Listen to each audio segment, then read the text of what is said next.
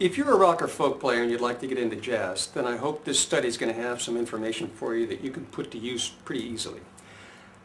Jazz players don't think of chords individually so much. They think of them as little groups of 2, 3, and 4 chord patterns that are locked together and move around the guitar neck in different places.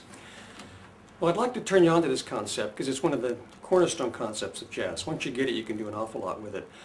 But I don't want to use a lot of music theory or jazz lingo to get it across to you. So for the purpose of this study, I'm going to call these locked jazz chord patterns. Now, it's not what jazz players call them when they're out on the gig. They have terminology, jazz terminology they use to describe everything, but we're not going to get into that. I'm not even going to put names on the chords yet, because as soon as I do that, it opens up a lot of questions. You want to know why things are called what they are. You feel like you have to know the names before you can play them. You've got to remember the names. So we're not going to even go there. Just watch where my hands are and see if you can get this concept, this very important concept of how chords are moving together in little blocks, locks that keep moving around the guitar neck. And I think you can put it to use. So here's the one that's used the most. It's made, make the first 2 chords on the fret 5, here's how it's made. 3 chords. I'll go to fret number 6, same 3 chords, locked together. I'll start on fret 4, same 3.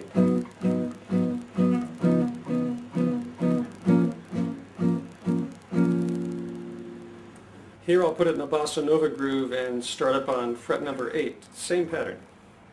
2, 3, 4.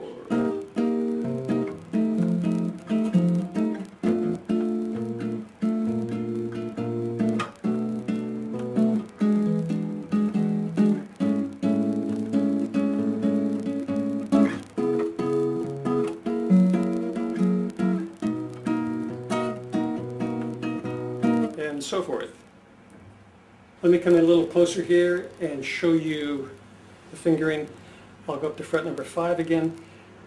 Here I'm using this fingering mostly for elucidation so you can see what strings are being played and not played.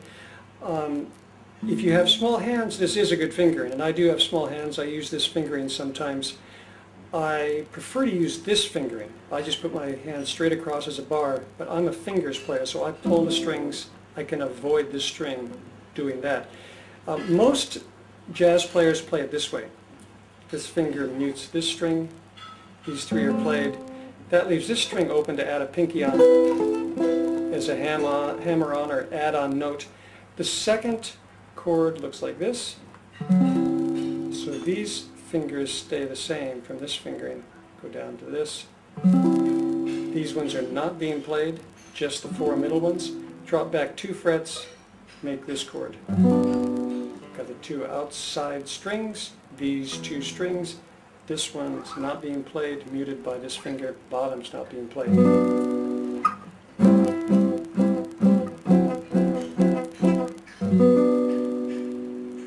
Now if you'd like to improvise over this chord, you want to build a major scale using this as the beginning note.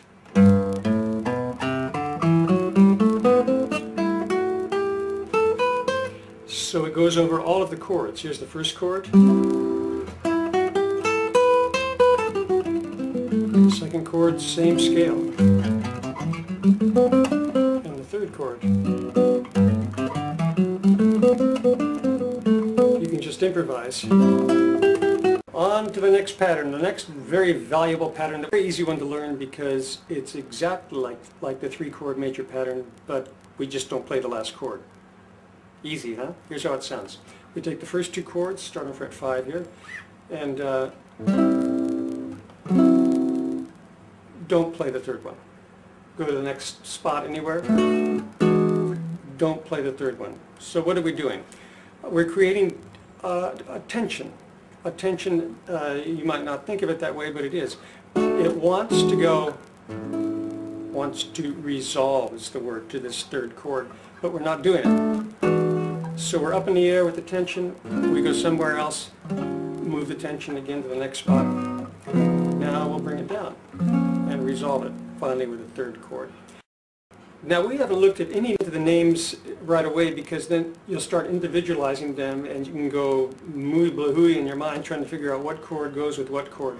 What I'm trying to get across here is this concept, the larger concept of moving the chords in blocks, in locked patterns.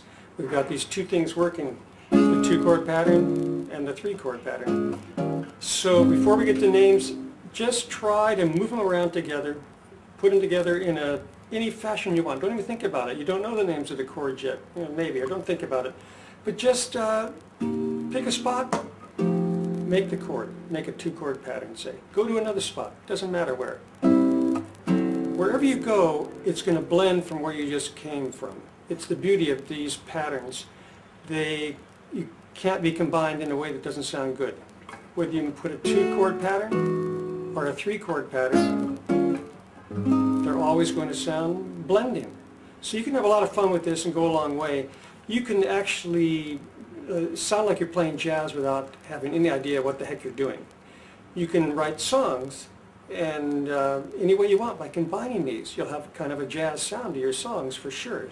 Depends what kind of tempo you're working with, and etc. Here's something fun about having the bass note in the chord like we do. It's the lowest note, so in a way you can be playing the bass and the chord pattern all in one. Because the bass note, let's go to the 5th fret for example, here's the bass note, the chord is here. So you can go back and forth just like you have a bass player. Your bass player is this finger, and you can hear that bass note down there. So you're creating a bass. You can go to the next chord. You're playing bass and rhythm with these 3 fingers. Well, you can do it with a pick too, but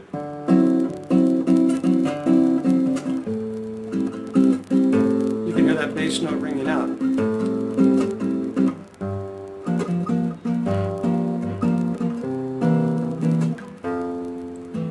So you can hear what we call root movement, how the root is moving. And you hear this too when you're listening to music.